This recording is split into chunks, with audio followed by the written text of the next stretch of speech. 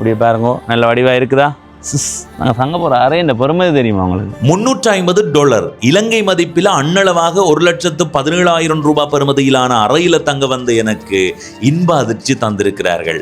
ஒரு நாள் பணக்கார வாழ்க்கையின் 2வது காணொளி இது. இந்த காணொளியில நான் தங்க போற கடற்கரை விடுதியினுடைய சூழல் எப்படி இருக்கின்றதை காட்ட போறேன். வரவேற்பு பகுதிக்கு போய் அங்கே இருந்து வாகனத்தில் பயணம் செய்து நான் தங்க போற அறைக்கு போறேன். நான் தங்க போற அறை தான் இங்க சிறப்பு என்று சொல்லலாம். ஏனென்றா $350 பெறுமதியிலான அறை தங்க வந்த எனக்கு அதைவிட பெருமதியான ஒரு அறையை தந்திருக்கிறார்கள். அது எனக்கு உண்மையிலே இன்ப அதிர்ச்சியாக இருந்தது. திடீர் பணக்காரன் என்றது விளங்க போதும். நம் நாட்டவர்கள் வாட்ஸ்அப் எண் ஊடாக தொடர்பு கொண்டு விசேட விலைச்சலுகையை பெற்றுக் கொள்ளலாம். வணக்கம் நண்பர்களே, நான் உங்கள் நண்பன் தட்சணாமூர்த்தி பவனேசன். நேற்றைய காணொளி பார்த்தவர்களுக்கு தெரியும், நான் திருகோணமலைக்கு வந்திருக்கிறேன் ஒரு நாள் பணக்கார வாழ்க்கை வாழ்றதுக்காக. அந்த பணக்கார வாழ்க்கையினுடைய தொடக்க நேரம் இப்போதான் 1:22. நாளைய நாள் இதே நேரம் வரைக்கும் அல்லது ஒரு மத்தியானம் காலை வேளை வரைக்கும் என்னுடைய பொழுது எப்படி போகுது, இங்கே என்னென்ன மகிழ்ச்சியை அனுபவிக்க போகிறேன்றதை தான் நீங்கள் பார்க்க போகிறீங்கள். அதுக்காக நான் ஒரு அறையை தேர்வு செய்திருக்கிறேன். அந்த அறை எதுன்றதையும் உங்களுக்கு சொல்லியிருந்தேன். கார்டன் ட்வின்ஸ், என்னடா அது வேறு கொஞ்சம் இருங்க மக்களை, இதை பார்த்து திடீர் பணக்காரன்ன்றதால அதெல்லாம் மறப்போம், தெரியும் தானே. நாங்கள் தங்க போகிற அறையினுடைய வகை கார்டன் பிளிஸ் ட்வின். இது எங்கே இருக்குண்டா, ஈழத்தில் திருகோணமலை மாவட்டத்தில் உப்புவெளி பீச் பை டிஎஸ்கே என்ற ஒரு கடற்கரை விடுதி இருக்குது. அந்த விடுதியில் இருக்கிற ஒரு வகையான அறை. 4 வகையான அறைகள் இருக்குது. அதில் ஒரு வகையான அறையில் தான் நான் தங்க போகிறேன். ஒரு அறையினுடைய வாடகை, நான் தங்க போகிற அறையினுடைய வாடகை $350. அப்போ பெருக்கி பாருங்க எவ்வளவு பெரிய தொகைன்னா, அந்த பெரிய தொகை இருக்கிற அறையில தான் தங்க போறேன். இது கூடவா இருக்குன்னு சில பேர் யோசிப்பீங்க. ஆனால் இந்த சுற்றுலா பயணிகள் வார காலத்தில் இங்கே இந்த திருகோணமலை பகுதியில் ஒரு வீட்டோடு இருக்கிற சாதாரண அறை 7,000, 8,000, 10,000 எல்லாம் சொல்லுவார்கள். நாங்கள் ஒரு நாள் வந்து அனுபவப்பட்டிருக்கணும். அப்போ அதே அப்படி இருக்கும்போது ஒரு கடற்கரை விடுதி, நீச்சல் தடாகம் இருக்குது, நிறைய வசதிகள் இருக்கு. அப்போ அவ்வளவும் இருக்கிற இடத்துல எவ்வளவு ஒரு விலை இருக்கும் நீங்கள் யோசிச்சு பாருங்க. அந்த அளவுக்கு இவர்களுக்கு செலவும் இருக்கும். இதுல விளக்கம் சொல்ல வேண்டிய தேவை இல்லை, எல்லாரும் விளங்கி கொள்வீங்கன்னு நினைக்கிறேன். உப்புவெளி பீச் பை டிஎஸ்கே என்ற இந்த கடற்கரை விடுதியை நான் ஏற்கனவே ஒரு ஆண்டுகளுக்கு முன்னம் காணொளி பதிவு செய்திருந்தேன். எதேர்ச்சியா போய் பதிவு செய்திருந்தேன். ஆனால் இன்றைய நாள் உள்ளுக்கு போய் வாழ்ந்து பார்க்க போறேன்னு நினைக்கும் போதே மகிழ்ச்சியா இருக்குது. உள்ளுக்கு போவோம். போறதுக்கு முதல் இந்த இடங்கள் எப்படி இருக்குன்னு காட்டிக்கொண்டே போறேன். பாருங்கோ எப்படி இருக்குன்னு. நல்ல வடிவாக இருக்குல்ல, மதில் அமைப்பெல்லாம் பார்த்தீங்களா இவ்வளோ வடிவாக இருக்குன்னு. அதை விட இந்த நுழைவாயில் அமைப்பு பாருங்கோ, பலகை இரும்பு போட்டு நல்ல வடிவாக இருக்குது பார்க்குறதுக்கு. அப்படியே வாங்கோ போவோம். இது நிலாவளி திருகோணமலை பிரதான சாலை. இந்த சாலை ஓரத்திலேயே பாருங்க இந்த பகுதியை எவ்வளவு வடிவாக வச்சிருக்கிறார்கள். 2 பனை மரங்கள் நிற்குது. அந்த பனை மரங்களை பாதுகாத்து வச்சிருக்கிறார்கள். அதை விட புத்தரை பார்க்கறதுக்கு எவ்வளவு வடிவாக இருக்குன்னு பார்த்தீங்களா. இந்த மதில் அமைப்பெல்லாம் நல்ல வடிவாக இருக்குது. உள்ளுக்கு இருக்கிற அந்த காட்சியை அப்படியே பார்க்குற மாதிரி இருக்குது. இதில் வேறங்கோ ஒரு கடை இருக்குது, பிறகு உங்களுக்கு காட்டுறேன். அப்படியே வாங்கோ. இப்போ நாங்கள் நுழைவாயில் பகுதிக்கு வந்துட்டோம். அதில் எழுதி இருக்கு பாருங்கோ, உப்புவெளி பீச் பை டிஎஸ்கே. இதுதான் நுழைவாயில் அமைப்பு. இதனூடாகத்தான் உள்ளுக்கு போக போகிறோம். இந்த பகுதியில் கூட பாருங்கோ, இந்த பனை மரமும் வேப்ப மரம் இவர்கள் வைத்தார்களா தெரியல, அல்லது இருந்த மரத்தை பாதுகாத்திருக்கிறார்களா தெரியல. ஆனால் இந்த பனை மரத்தை எவ்வளவு சிறப்பாக பாதுகாத்து வச்சிருக்கிறார்கள் என்று பாருங்கோ. இந்த நுழைவாயிலுக்கு அது வடிவை கொடுக்குது. சில பேர் இதே பனனிக்கு இது வெட்டி தரை என்று போட்டு அது வழியாக இருக்கணும்னு யோசிக்கணும். ஆனால் இவர்கள் அதை வடிவாக்கி வச்சிருக்கிறார்கள். இந்த உள்பகுதியை பாருங்க, புத்தரையாக்கி நல்ல வடிவாக இருக்குது. இப்போ உள்ளுக்கு நுழைந்து போவோம். நான் ஏற்கனவே வந்திருக்கிறேன்றதால என்னென்ன மாற்றங்கள் வந்திருக்கின்றதையும் என்னால் சொல்ல முடியும். இந்த மரங்கள் எல்லாம் வளர்ந்துருக்குது. ஒரு ஆண்டுக்கு முன்னம் வந்து பார்த்த போது இருந்ததை விட இப்போ மரங்கள் பெரிய அளவில் வளர்ந்துருக்குது. இந்த பனை மரமும் அவ்வளவு செழிப்பாக சிறப்பாக இருக்குது. அடுத்தது இது முதல் பார்த்ததை விட இன்னும் மாறி இருக்குது. அதாவது கம்பிகளை வச்சு யானை உருவம் எடுத்து அதில் கொடி படர விட்டு இருக்குது. இன்னும் 5 ஆண்டுகளுக்கு பிறகு வந்து பார்க்கும்போது இன்னும் சிறப்பாக இருக்கும்ன்றதுல எந்த விதமான சந்தேகமுமே இல்லை. அவ்வளவு சிறப்பாக இருக்குது. நான் முதல் பார்க்கும்போது இருந்ததை விட இப்போவே நல்லா இருக்குது. அடுத்தது இதை பாருங்க, ஏதோ ஒரு தனி ஊருக்கு போகிற மாதிரி கிடக்கு. இது வந்து ஒரு கடற்கரை விடுதிக்கு போகிற பிரதான சாலை, சரியா? அடுத்தது பாருங்க, இந்த இடத்துல நிறைய கருங்கற்கள் திக்கு திக்கா வைக்கப்பட்டிருக்கு. அது கூட இந்த இடத்துக்கு மிகுந்த வடிவ கொடுக்குது பாருங்கோ. அடுத்தது புத்தரைக்கு ஐயா தண்ணி அடிச்சு கொண்டிருக்கு. ஐயா வணக்கம். சரி, அப்படியே உள்ளே வந்தா இந்த இடத்துல பாருங்கோ எவ்வளோ வடிவாக இருக்குதுண்டு. இந்த பகுதியெல்லாம் பாருங்கோ, மாட்டு வண்டியில் ஏறி போக இயலாது. ஆனால் வடிவுக்காக வச்சிருக்கிறார்கள். போன முறை வரும்போதே வியந்தனான். இப்போ மரங்கள் இன்னும் அதிகமாக வளர்ந்து நிற்க பார்க்க நல்லா இருக்குது. முன்பகுதியை உங்களுக்கு காட்டியாச்சு. அடுத்ததாக உள்ளுக்கு போக போகிறேன். போகிறதுக்கு முதல் எங்களுடைய மகிழுந்து வெளியில் நிற்குது. அந்த மகிழுந்தை கொண்டு போய் உள்ளுக்கு விட போகிறோம். எங்கே கொண்டே விடுறோம், வாகன தரிப்பிடம் எப்படி இருக்குன்றதையும் உங்களுக்கு காட்டுறேன். சரி, இப்போ உள்ளுக்கு போவோம். அனுமதி எடுத்துக்கொண்டு தான் உள்ளுக்கு போகணும். பாருங்க மக்களே, நாங்கள் இப்போ வாகன தரிப்பிடத்துக்கு போய் கொண்டிருக்கிறோம்.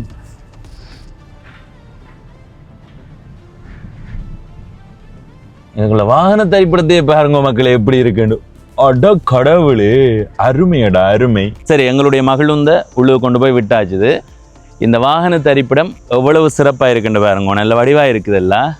ஒவ்வொரு வாகனங்களும் விடுறதுக்கு ஏற்ற மாதிரி கோடுகள் போடப்பட்டு சிறப்பாக இருக்குது. விமான நிலையங்களுக்கு போகும்போது இருக்குமே வாகன தரிப்பிடம், அந்த மாதிரி இருக்குது பார்க்குறதுக்கு. அடுத்தது இந்த பகுதிக்குள்ள நுழைந்ததுல இருந்து இப்போ இந்த வாகன தரிப்பிடம் வரைக்கும் வந்திருக்கிறேன். சுத்தத்துக்கு முதல் இடம் கொடுக்கிறார்கள். அடுத்ததாக ஒரு வாகனம் வருது, ஒரு மணிப்பம். சரி, சுத்தத்துக்கு முதலிடம் கொடுக்கிறார்கள். அந்த அளவுக்கு நல்ல சுத்தமாக இந்த இடத்த பராமரித்து கொண்டிருக்கிறார்கள் பாருங்க. வார சுற்றுலா பயணிகள், வார விருந்தினர்கள் முகம் சுளிக்காத வகையில் இந்த இடம் மிக சுத்தமாக இருக்குது. Maximum speed 5 kilometre. இப்படி நிறைய நடைமுறைகள் எல்லாம் இங்கே இருக்குது. உள்ளே போக போக இன்னும் சிறப்பாக தரமாக இருக்கும். இப்போ எங்களுடைய மகிழுந்தில் இருக்கிற பயண பொதிகளை கொண்டு போவோம், வாங்குவோம். மிதிவண்டிகளை விடுறதுக்கு ஏற்ற மாதிரியான அமைப்பு செய்யப்பட்டிருக்குது. என்ன ஓகேன்னு உள்ளுக்கு போய் நல்ல ஒரு வாழ்க்கை வாழணும். அது சும்மா வெயிலுக்குள்ளே இல்லை நாங்கள் நிற்கலாது. நாங்கள் அவ்வளோ பெரிய பணக்கார தெரியுமா? நாங்கள் தங்க போகிற அறையின் பெருமை தெரியுமா உங்களுக்கு? இதாலேயும் போகலாம். ஆனால் நாங்கள் அந்த பக்கத்தால் நடைபாதை ஊடாக போவோம். நடைபாதையில் பிரதான சாலை.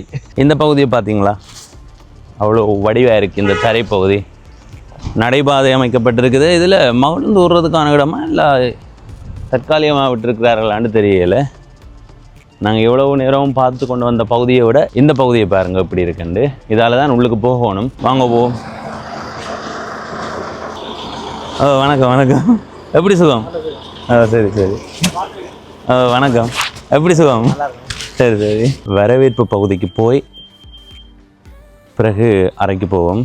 இதுதான் வரவேற்பு பகுதி. எங்களை வரவேற்பதற்கு நிற்கிறார்கள்.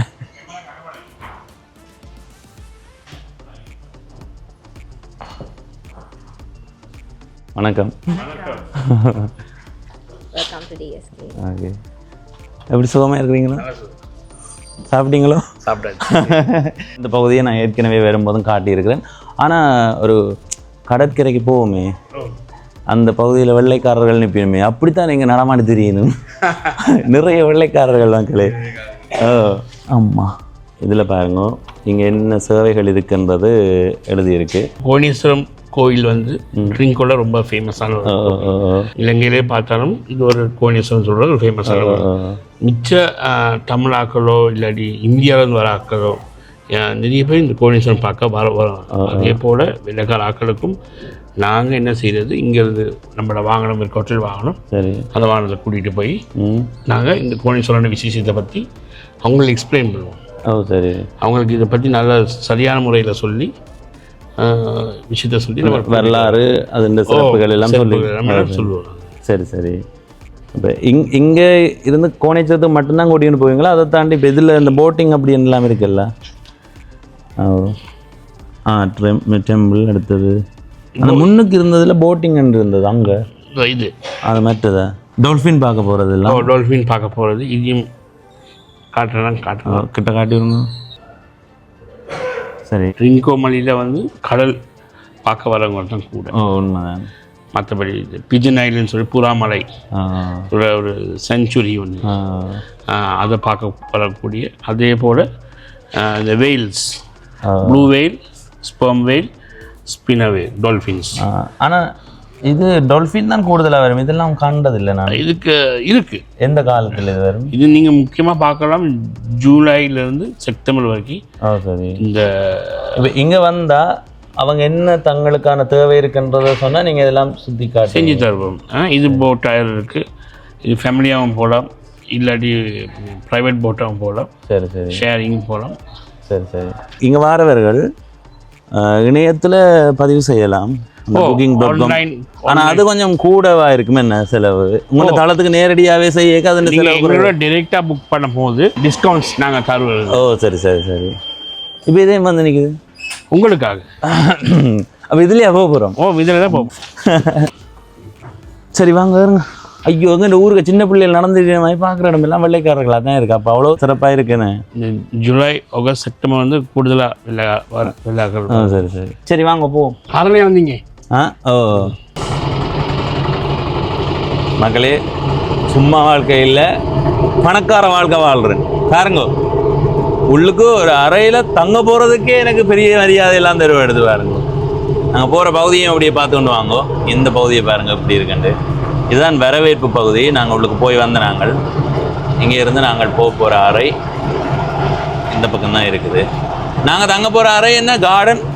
நீங்கள் தங்க போகிறது beach bliss with private pool. ஒரு பூல் இருக்கிற ரூமில் தான் இருக்குது போல. ஓ சரி சரி பார்த்தீங்களா இந்த பகுதியால் தான் போக போகிறோம்.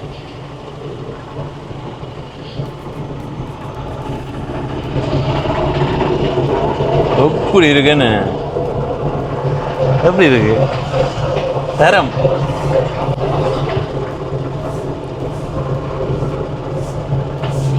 பாருங்க வெள்ளைக்காரர்கள்லாம் வந்து கொண்டிருக்கீங்க. மொத்தம் எத்தனை அறை இருக்குன்னா 58 அறைகள். 58 அறைகள்.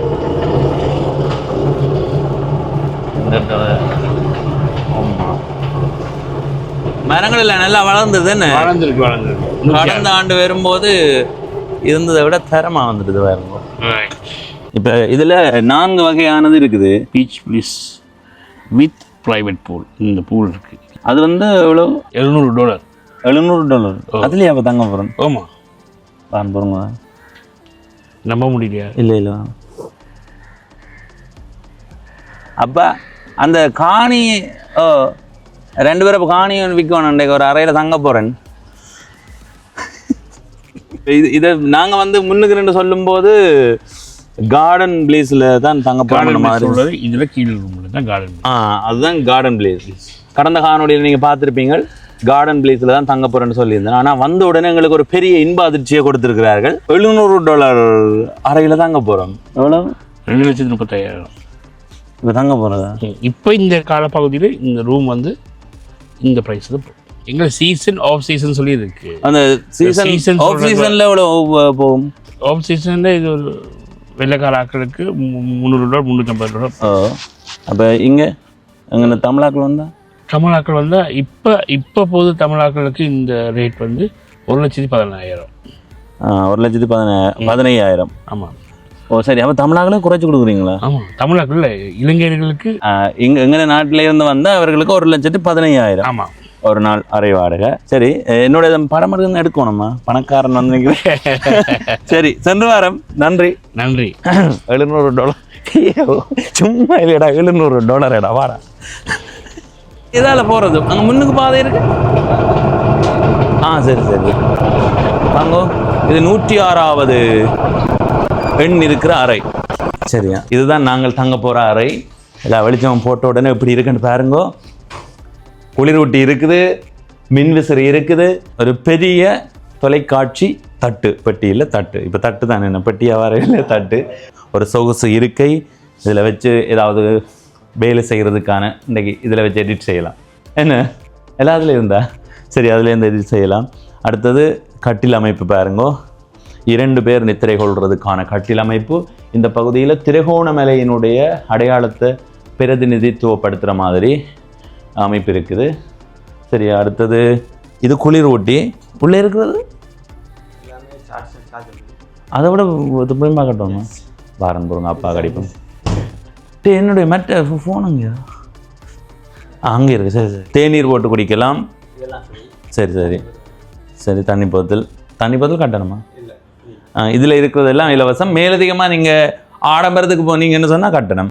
இதுலேயும் ஒரு கண்ணாடி அமைப்பு. இதுக்குள்ளேயும் பொருட்களை வச்சு எடுக்கலாம். என்ன ஓ சரி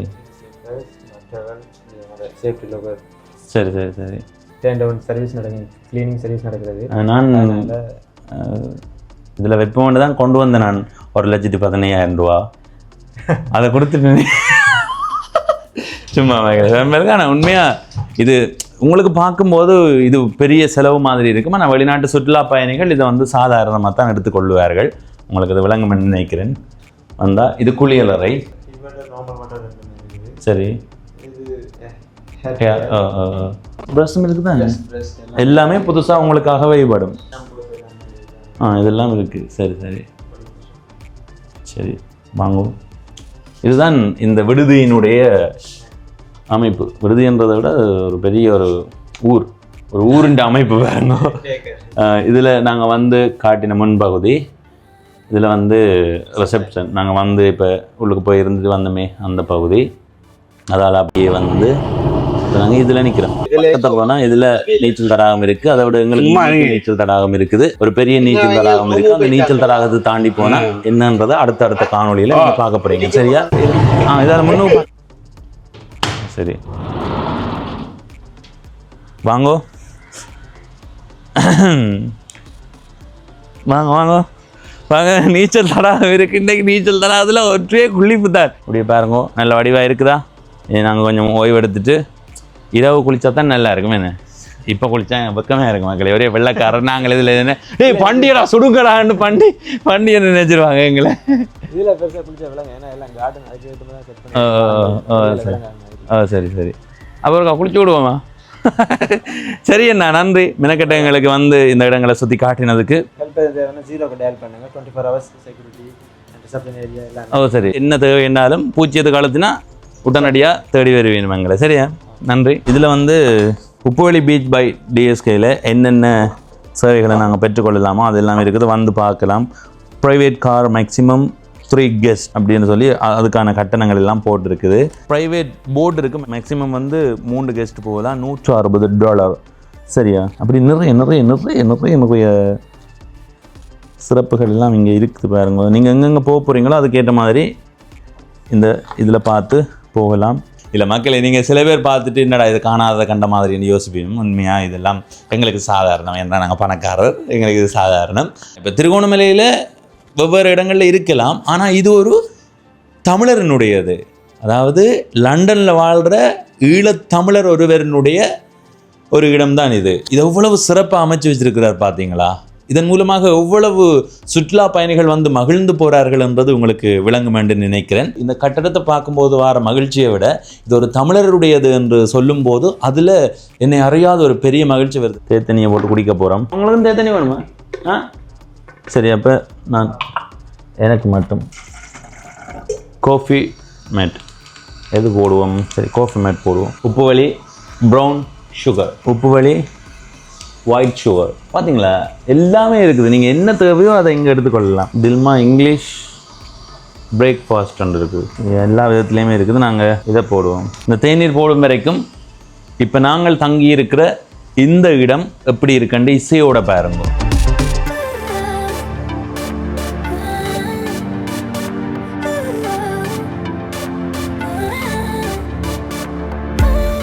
சரி, இப்போ தேநீரை போட்டு குடிப்போம்.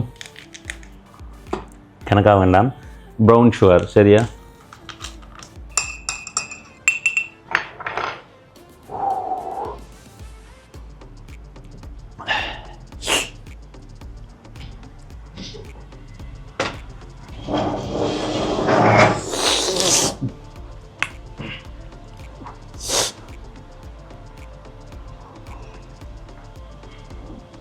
அடே, எந்த வெயிலுக்குள்ளேடா இப்படி குடிப்பாங்க? பணக்கார புத்திய பாத்தியா? வெயிலுக்குள்ள யாராவது சுடுநீர் குடிப்பாங்களா? பணக்கார மாதிரி இருக்கா, பாவப்பட்டவன் மாதிரி இருக்கா? மக்களே, இந்த பாவப்பட்டவன் மாதிரி இருக்காம். சரி மக்களே, நீச்சல் தடாகத்தில் குளிக்க போகிறேன். சரியா? படியால் இறங்கி உள்ளுக்கு போவோம்.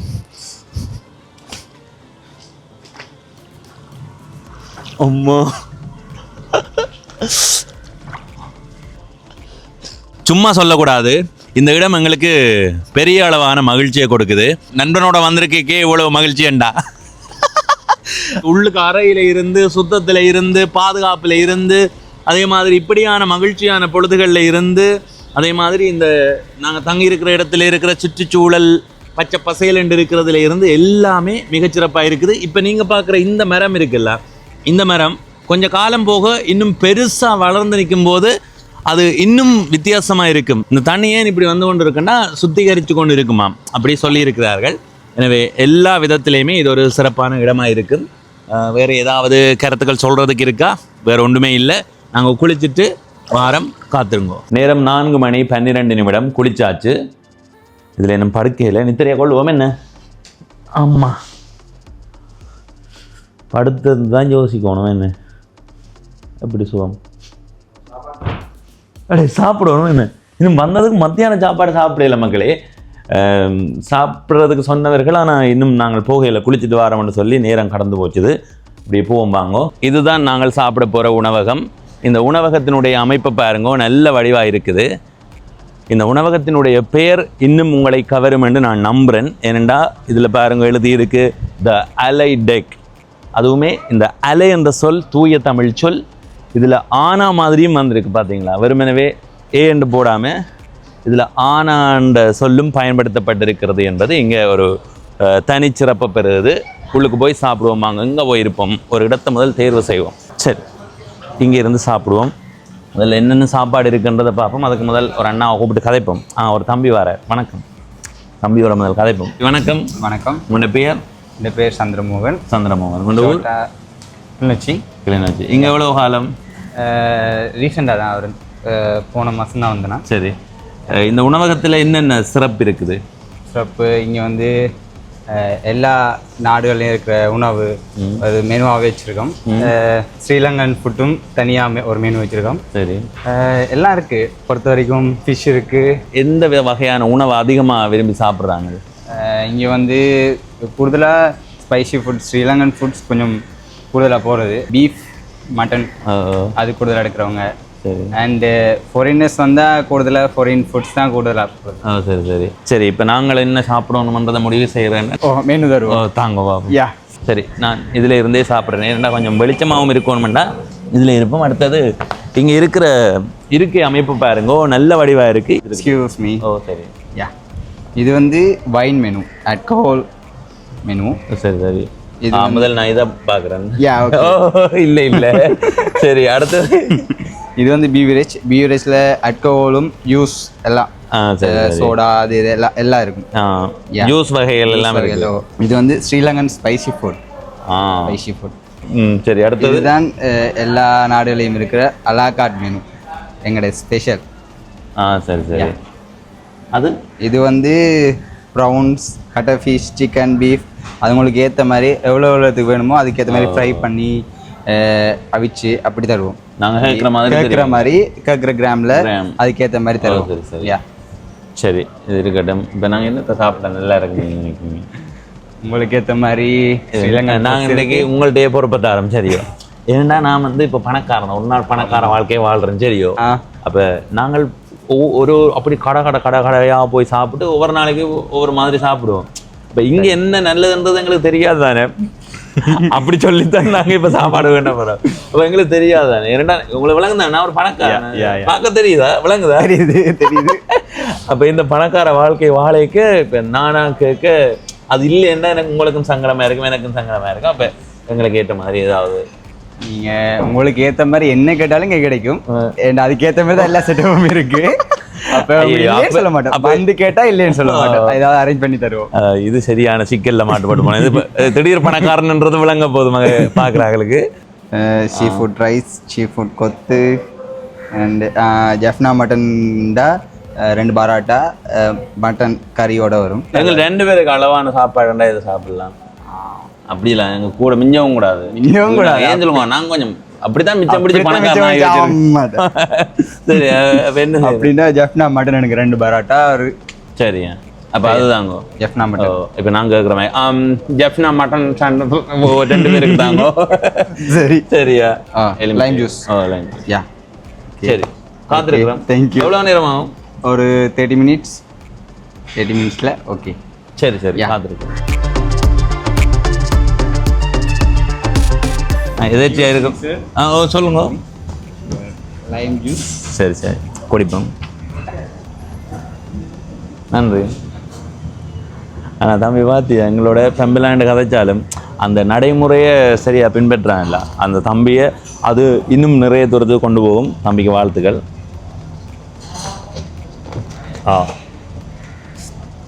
தேசிப்பிள்ளை ஜூஸ் மாதிரி இருக்குது. தேசிப்பிள்ளை ஜூஸ் தானே குடிக்குது. நல்லா இருக்கும்யா.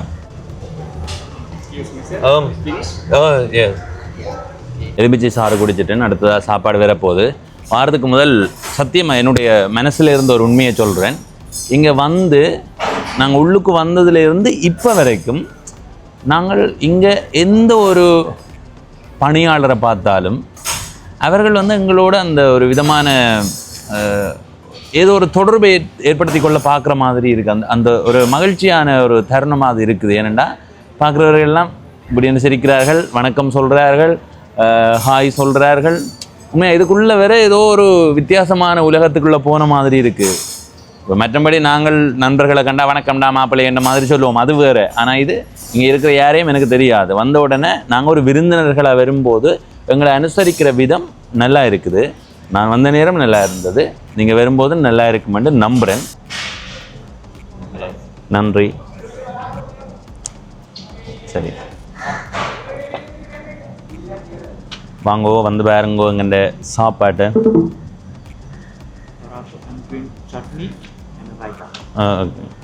தேங்க்யூ. வாங்கோ, இதுதான் நாங்கள் சாப்பிட போகிற சாப்பாடு. இது வந்து யாழ்ப்பாணத்து ஆடு. அப்படித்தானே, மட்டன் ஆடு தானே? ஓ சரி, ஆடு தான். அடுத்தது பரோட்டா. அடுத்தது இந்த வாங்க தயிர் பச்சடி. ஓ முதல்ல எங்களுக்கு தந்திருக்கிற சம்பலோட சாப்பிட்டு பார்ப்போம். அடுத்தது தயிர் பச்சடியோட கொஞ்சம் தந்திருக்க. அப்போ அதோட சாப்பிட்றதுக்கு தான் என்ன ஆட்டு குழம்பு.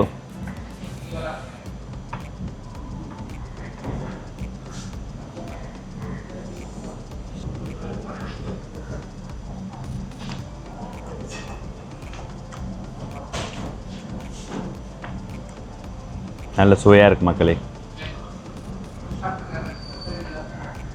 இந்த பரோட்டா நல்ல சுவையாக இருக்குது. நிறைய சாப்பிடலாம் போல இருக்குது பரோட்டா. இதே கொழுப்படா. ஆஹா, சாப்பிடுவா.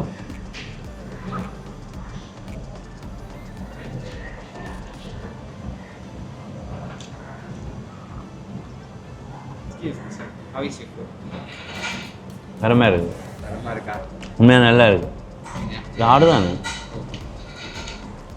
பாட்டு போடாமையே ஆடுமா? இல்லை உண்மையாக நல்லா இருக்குது. இந்த பரோட்டாக்கு என்ன வருது? இங்கே ஒளிவு இல்லை என்ன அப்படியே நல்லா இருக்குல்ல அந்த பரோட்டா. அந்த மென்மையும் அந்த மாவுண்ட தன்மை எனக்கு பிடிச்சிருக்கு. ஒவ்வொருக்கும் அவனையும் கழுவும். குழம்பு தானமாக இருக்கு. அந்த என்ன சொல்லுவாங்க, வீட்டில் சமைச்ச மாதிரியே இருக்குது. எலும்பில்லாத தரமான இறைச்சி. எலும்பு வந்ததா உனக்கு?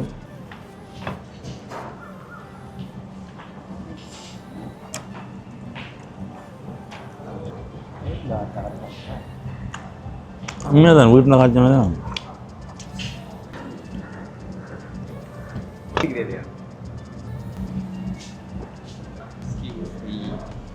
நெல் வேற இதில் திரைக்கலாங்க. இப்போ ஃபேமிலி கேட்குறது. சரி மக்களே, சாப்பிட்டாச்சு. வாங்க தம்பி. சரி மக்களே, மத்தியானம் சாப்பிட வேண்டிய சாப்பாட்டை மாலை வேளையில் சாப்பிட்டாச்சு. நாங்கள் மத்தியானம் தான் வந்து சேர்ந்த நாங்கள். அதுக்கு பிறகு குளிச்சுட்டு இங்கே வரவே 4 மணி ஆச்சுது. 4 மணிக்கு தான் வந்து சாப்பிட்ட நாங்கள் சாப்பிட்டது என்னென்னா 2 பரோட்டா, அடுத்தது ஆட்டுக்கறி.